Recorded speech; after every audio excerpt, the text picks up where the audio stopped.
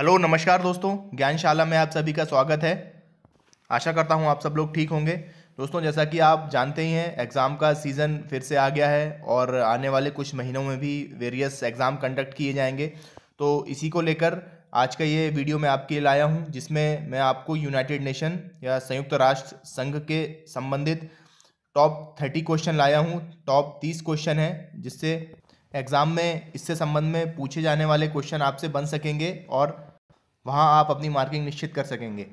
दोस्तों, इस वीडियो में मैंने कोशिश की है कि जो यूनाइटेड नेशंस से संबंधित जो बेसिक क्वेश्चंस हैं उनको भी कवर किया है और साथ में ही कुछ ट्रिकी क्वेश्चन हैं जो वैसे तो आपको याद होते हैं, जनरली आते हैं, लेकिन उनको कुछ ऐसी ट्रिक से पूछता है एग्जामिनर कि बन नहीं पाते या फिर कन्फ्यूज़न हो जाता है। तो दोनों ही मैंने मिक्स करके इस वीडियो में लाए हैं आपके लिए और आपको अवश्य ही समझ में आएंगे। आइए स्टार्ट करते हैं वीडियो को। तो अब यहाँ क्वेश्चंस देखने से पहले मैं आपको संयुक्त राष्ट्र के संबंध में कुछ तथ्य बताता हूँ, उसकी कुछ पृष्ठभूमि बताता हूँ कि ये बना कैसे, जिससे आपका बेसिक कॉन्सेप्ट इसको लेकर क्लियर हो जाए। तो देखिए, जब प्रथम विश्व युद्ध के बाद में जब विश्व में ऐसा लगा, एक ज़रूरत लगी कि एक ऐसी इंटरनेशनल ऑर्गेनाइजेशन, एक ऐसी संस्था होनी चाहिए जो कि विश्व में शांति और लॉ एंड ऑर्डर को, व्यवस्था को, पीस को मेंटेन कर सके। तो इसके लिए फिर लीग ऑफ नेशन बनाई गई थी, राष्ट्र संघ। प्रथम विश्व युद्ध के बाद में आपने पढ़ा होगा जरूर। तो लीग ऑफ नेशन जो था वो अपना कार्य ठीक प्रकार से नहीं कर पाया और काफ़ी सारी कमियां रही थी उसमें, जिसके कारण फिर से द्वितीय विश्व युद्ध होता है और फिर से दुनिया विनाश की ओर चली जाती है। लेकिन द्वितीय विश्व युद्ध समाप्त होने के बाद में एक बार फिर से समूचे विश्व को लगता है कि नहीं, अब फिर से एक ऐसा कोई इंटरनेशनल ऑर्गेनाइजेशन होनी चाहिए जो इस दुनिया में अंतर्राष्ट्रीय समझौतों को कायम कर सके। तो इसके लिए ही सबसे पहले अमेरिका के वॉशिंगटन में डम्बरटन ऑक्स सम्मेलन हुआ। यहाँ इसको वॉशिंगटन डायलॉग या वॉशिंगटन कन्वेंशन भी कहते हैं। आपको याद रखना है, ये इम्पॉर्टेंट है।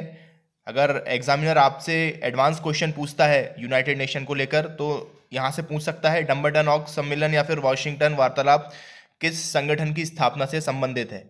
तो यहाँ ये यूनाइटेड नेशन की स्थापना से संबंधित है। देखिए, डम्बरटन ऑक्स में वाशिंगटन में एक सम्मेलन होता है जिसमें कई राष्ट्र भाग लेते हैं और एक सहमति बनती है अंतर्राष्ट्रीय संगठन को बनाने को लेकर। तो ये सम्मेलन जो है 21 अगस्त 1944 से लेकर 7 अक्टूबर 1944 तक वॉशिंगटन डीसी में डम्बरटन ऑक्स में आयोजित किया गया।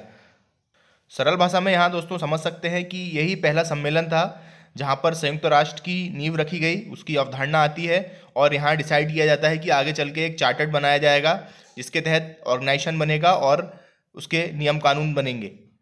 तो यहाँ पर ये आपको याद रखना जरूरी है। इसके बाद फिर एक कॉन्फ्रेंस और होती है, आगे बताता हूँ।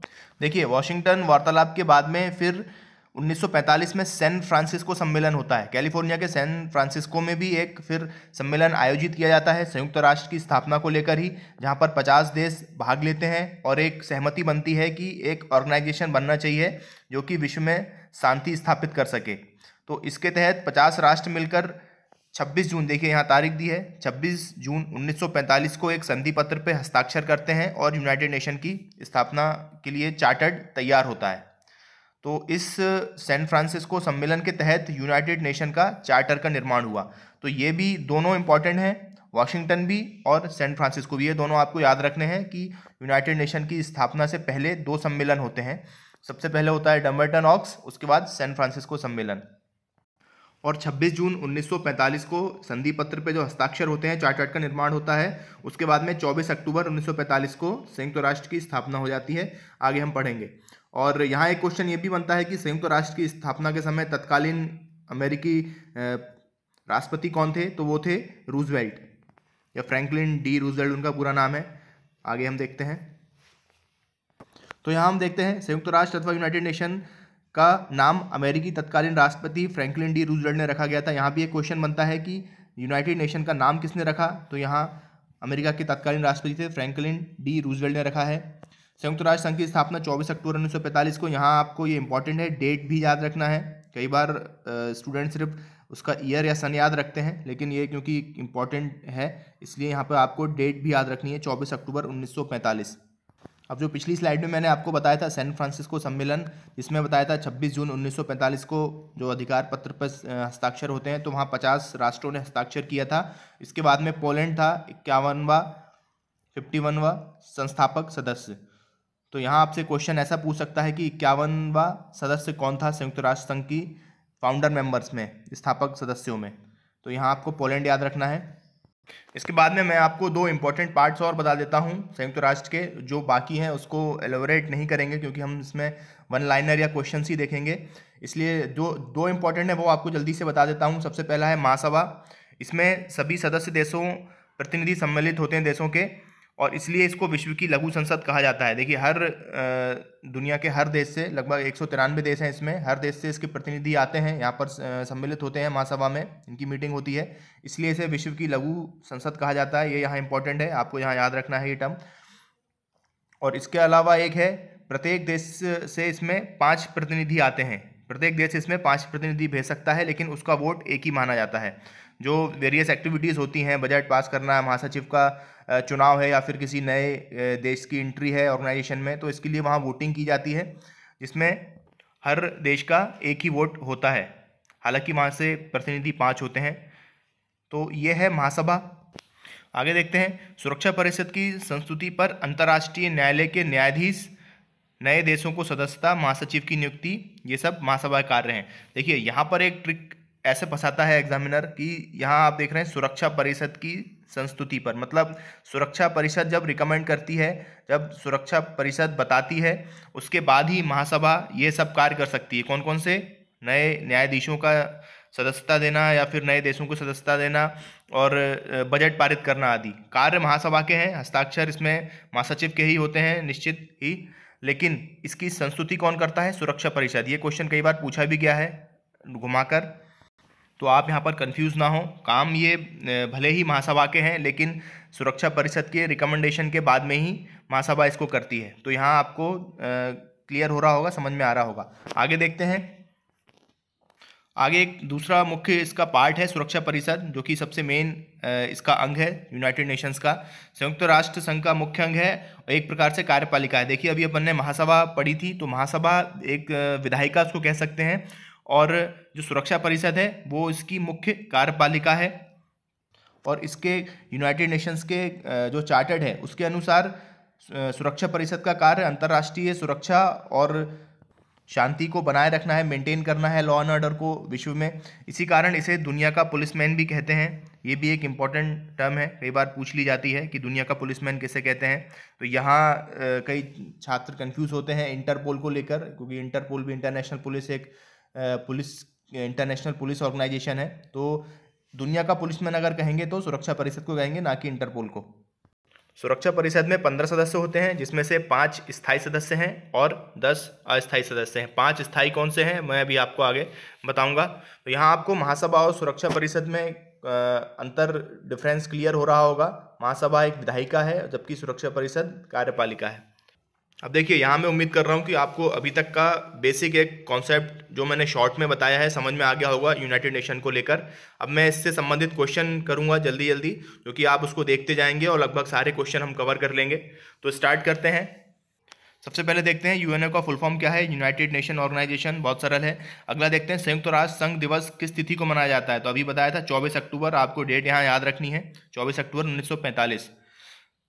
अगला देखते हैं संयुक्त राष्ट्र संघ में हिंदी में भाषण देने वाले प्रथम व्यक्ति कौन थे। तो ये अटल बिहारी वाजपेयी, ये भी इंपॉर्टेंट है, ये आपको यहाँ याद रखना है इंडिया के कॉन्टेक्स्ट से। अगला देखते हैं संयुक्त राष्ट्र संघ की स्थापना किस वर्ष हुई। 1945 बता दिया गया है। अब यहाँ देखिए संयुक्त राष्ट्र संघ की अधिमत भाषाएं कौन कौन सी हैं, कौन कौन सी भाषाएं वहाँ यूज़ की जाती हैं। तो ये आपको याद रखना है, अंग्रेजी, फ्रेंच, चीनी, अरबी और रूसी, ये अधिकृत भाषाएं हैं। और इसके अलावा देखें कि कार्य करने की कौन सी कार्यकारी भाषाएं कौन सी हैं, तो वो हैं अंग्रेजी और फ्रेंच। देखिए यहाँ अंतर समझिए, जो भाषाएं वहाँ मान्य हैं संयुक्त राष्ट्र में जो चलती हैं वो हैं ये 5 भाषाएं, अंग्रेजी, फ्रेंच, चीनी, अरबी और रूसी। लेकिन जिन भाषाओं में कार्यालयीन कार्य होते हैं, जो डॉक्यूमेंटेशन जिन भाषाओं में होता है, वो है सिर्फ अंग्रेजी और फ्रेंच। तो ये आपको याद रखना है कि कार्यकारी भाषाएँ कौन सी हैं।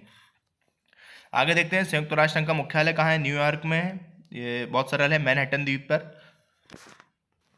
आगे देखते हैं वर्तमान में संयुक्त राष्ट्र संघ में सदस्यों की कितनी संख्या है, कितने कुल सदस्य राष्ट्र हैं। तो यहाँ 193 है। 193वां राष्ट्र है जो दक्षिणी सूडान बना है, आपको याद रखना है। आगे देखते हैं, लैंगिक समानता व महिला सशक्तिकरण के लिए संयुक्त राष्ट्र संघ के तहत एक नए निकाय का गठन किया गया है। किस नाम से? देखिए, वुमेन एम्पावरमेंट के लिए, महिला सशक्तिकरण के लिए 2011 में एक नई शाखा, एक नया अंग बनाया गया है यूएन द्वारा, जिसे यूएन वुमेन कहते हैं। तो ये आपको यहाँ याद रखना है, क्योंकि ये नया अंग है। तो कई बार पूछा जाता है कि यूएन वुमेन किस संस्था का एक अंग है, या फिर महिला सशक्तिकरण को लेकर संयुक्त राष्ट्र ने किस अंग की स्थापना की है। तो 2011 में की है, ये आपको यहाँ पर याद रखना है, यूएन वुमेन। भारत यूएनओ का सदस्य किस वर्ष बना है? 1945 से, स्थापना के वर्ष से ही। कौन से दो देश हैं जो यूएनओ के सदस्य नहीं है? तो वेटिकन सिटी और ताइवान, ये दो देश हैं जो ये दोनों इंपॉर्टेंट हैं, आपको याद रखने हैं, क्योंकि 193 देश तो आपको यहाँ याद रखने ही नहीं है कि कौन सदस्य हैं। याद क्या रखना है, कौन सदस्य नहीं है, तो वो है वेटिकन सिटी और ताइवान। कई बार आपको यहाँ पर फिलिस्तीन भी लिखा मिलता है, लेकिन आधिकारिक रूप से वेटिकन सिटी और ताइवान है जो यूएनए के सदस्य नहीं है। आगे देखते हैं, संयुक्त राष्ट्र महासभा की प्रथम महिला अध्यक्ष श्रीमती विजय लक्ष्मी पंडित, कई बार पढ़ा होगा आपने, ध्यान रखिएगा। संयुक्त राष्ट्र संघ में वीटो का अधिकार किसे प्राप्त है? तो वीटो का अधिकार सुरक्षा परिषद के स्थायी सदस्यों को प्राप्त है। जो स्थायी सदस्य हैं, 5 स्थायी सदस्य हैं, कौन कौन से? अमेरिका, रूस, ब्रिटेन, फ्रांस और चीन, ये 5 सदस्य हैं, इनको वीटो का अधिकार प्राप्त है। वीटो अधिकार मतलब होता है मैं मना करता हूँ। वीटो एक लैटिन भाषा का शब्द है जिसका मतलब है कि मैं मना करता हूँ, मतलब निषेधात्मक वाक्य है। तो वीटो का मैं थोड़ा आपको बेसिक बता देता हूँ कि जब किसी मामले में, जब किसी संदर्भ में इन 5 स्थायी देशों में से कोई एक देश की सहमत नहीं होता है, उसकी सहमति नहीं होती है, तो वो वीटो पावर यूज़ करके उस मामले में प्रगति को रोक सकता है या फिर उस मामले को ही रोक सकता है। इसको ऐसे समझ सकते हैं कि जैसे यदि कोई नया देश शामिल करना है यूनाइटेड नेशन में, तो उसके लिए इन 5 देशों की सहमति जरूरी है। अगर 4 देश सहमत हैं लेकिन किसी एक देश द्वारा वीटो पावर अपना यूज़ किया जाता है, तो फिर वह नया देश संघ में शामिल नहीं हो सकता।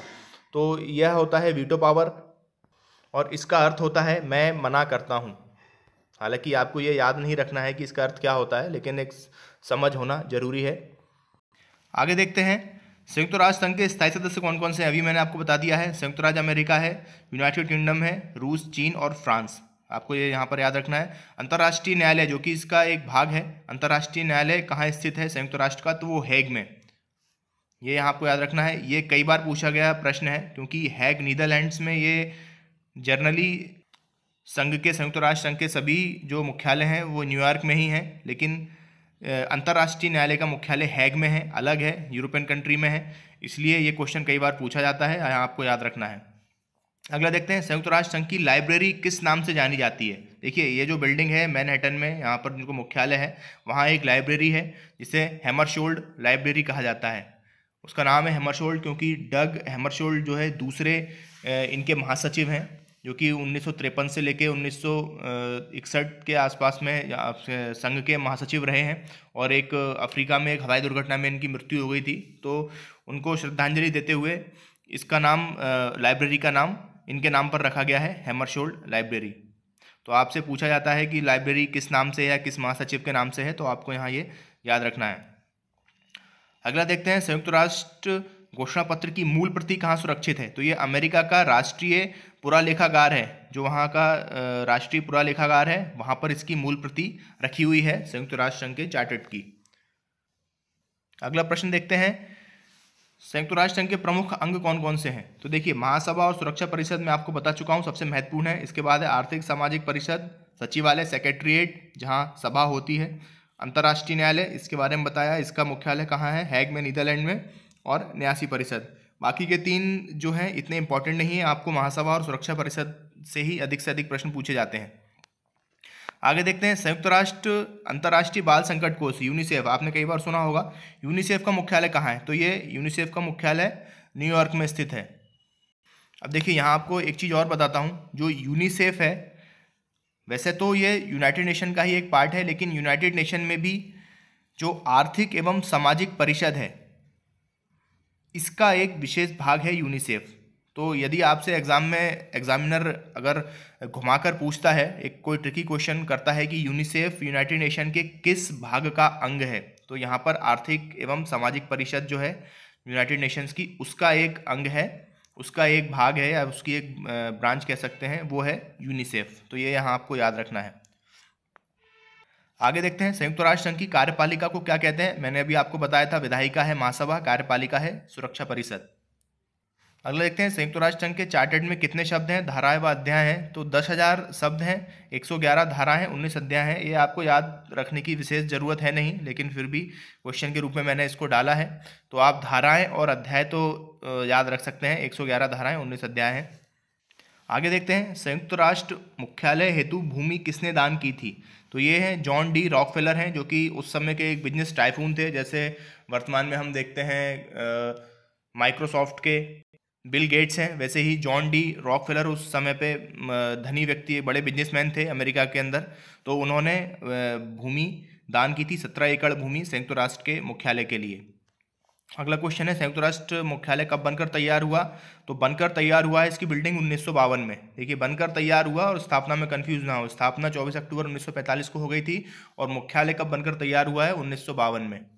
कई बार जल्दी जल्दी में क्वेश्चन पढ़ने में एग्जाम में हम स्किप कर जाते हैं कि संयुक्त राष्ट्र मुख्यालय कब बना, तो हम उसको 1945 ही टिक कर देते हैं। तो यहाँ आपको ध्यान रखना है। संयुक्त राष्ट्र संघ का मुख्य प्रशासनिक अधिकारी महासचिव होता है। सचिवालय में इनकी सिटिंग होती है, सचिवालय में बैठते हैं। इनका कार्यकाल 5 वर्ष का होता है। अगला क्वेश्चन है ये, कितने वर्ष का कार्यकाल होता है। तो महासचिव का कार्यकाल 5 वर्ष का होता है। अगला क्वेश्चन है संयुक्त राष्ट्र संघ की प्रमुख व्यवस्थापिका का नाम क्या है। तो महासभा, देखिए बता चुका हूं मैं, व्यवस्थापिका या विधायिका है महासभा और कार्यपालिका है सुरक्षा परिषद। अगला देखते हैं। देखिए यहाँ पर आपसे मैंने जो महासचिव हैं उनके संबंध में कुछ क्वेश्चन तैयार किए हैं, जो कि एग्जामिनर आपसे घुमाकर या ट्रिक्स यूज़ करके पूछ सकता है। तो पहले देखते हैं कि संयुक्त राष्ट्र की पूर्वगामी संस्था क्या है। मैंने आपको वीडियो के स्टार्टिंग में बताया था कि संयुक्त राष्ट्र की स्थापना से पहले भी एक ऑर्गेनाइजेशन बनाया गया था फर्स्ट वर्ल्ड वॉर के बाद में। तो आपसे क्वेश्चन पूछा जाता है और कई बार पूछा भी गया है कि संयुक्त राष्ट्र की पूर्वगामी संस्था कौन सी। तो वो है राष्ट्र संघ या लीग ऑफ नेशन। ये आपको याद रखना है, ठीक है। इसके बाद देखते हैं संयुक्त राष्ट्र के पहले महासचिव ट्रिगवेली, बहुत कॉमन क्वेश्चन है ये, नॉर्वे से हैं। ये पहले महासचिव थे, 1946 से 1952 तक रहे हैं। अब इसमें देखते हैं कि संयुक्त राष्ट्र के पहले एशियाई महासचिव कौन है, क्योंकि हम एशिया में रहते हैं तो एशिया का यहाँ इंपॉर्टेंस है। सब पहले एशियाई महासचिव हैं यू थांट, जो कि म्यांमार से आते हैं। यहाँ आपको याद रखना है ये। अगला फिर क्वेश्चन आ सकता है कि लगातार 2 कार्यकाल पूरा करने वाले महासचिव कौन से हैं। देखिए, इनसे पहले के जो महासचिव हैं वो एक कार्यकाल किया है, और जो ट्रिगवेली थे यहाँ पर, इन्होंने तो अपने कार्यकाल के दौरान ही 1952 में इस्तीफा दे दिया था, क्योंकि यूएसएसआर था जो तत्कालीन, उससे जो विवाद के कारण कुछ उन्होंने अपना इस्तीफा दे दिया था। तो यहाँ ये भी क्वेश्चन एक बन सकता है कि संयुक्त राष्ट्र के महासचिव के पद से इस्तीफा देने वाले महासचिव कौन थे। तो वहाँ आपको ट्रिगवेली याद रखना है। एशियाई कौन थे पहले, यूथांट। और लगातार 2 कार्यकाल पूरा करने वाले पहले महासचिव कुर्ट वाल्डीहिम थे, ऑस्ट्रिया से आते हैं। अब देखते हैं आगे पहले अफ्रीकी महासचिव। तो पहले अफ्रीकी महासचिव बुतरस बुतरस घाली, जो कि मिस्र से है। ये क्वेश्चन पूछा भी गया है कई बार, तो आपको यहाँ पर ये याद रखना है, पहले अफ्रीकी महासचिव। और वर्तमान में कौन है, वर्तमान में है पुर्तगाल के एंटोनियो गुतरेस, जो कि वर्ष 2017 से लेकर अभी तक संगठन के महासचिव बने हुए हैं। तो दोस्तों, यहाँ मैंने कोशिश की है कि यूनाइटेड नेशंस से संबंधित सारे क्वेश्चंस कवर करूँ, जिससे कि अगर क्वेश्चन आता है यूनाइटेड नेशन से रिलेटेड तो आप उसको हल कर पाएँ। इसके अलावा इसका एक पार्ट और बचता है कि यूनाइटेड नेशन या संयुक्त राष्ट्र के कुछ विशिष्ट अभिकरण हैं, कुछ उससे जुड़े हुए अन्य संगठन हैं, लेकिन उनकी सूची काफ़ी ज़्यादा है। तो अगर उनको इस वीडियो में ऐड करूँगा तो वीडियो बहुत लंबा हो जाएगा। तो उसके लिए एक अलग डेडिकेटेड वीडियो बनाऊँगा मैं कि संयुक्त राष्ट्र से जुड़े हुए संगठन हैं, जैसे कि वर्ल्ड ट्रेड ऑर्गेनाइजेशन है, अंतर्राष्ट्रीय मुद्रा कोष है या वर्ल्ड बैंक है। इस पर एक अलग वीडियो बनाऊंगा और उन संगठनों के बारे में आपको बताऊंगा। तो अभी के लिए यह है एंड इस वीडियो का। आशा करता हूँ आपको कॉन्सेप्ट क्लियर हुए होंगे और क्वेश्चन हमेशा ये याद रहेंगे। जय हिंद, धन्यवाद।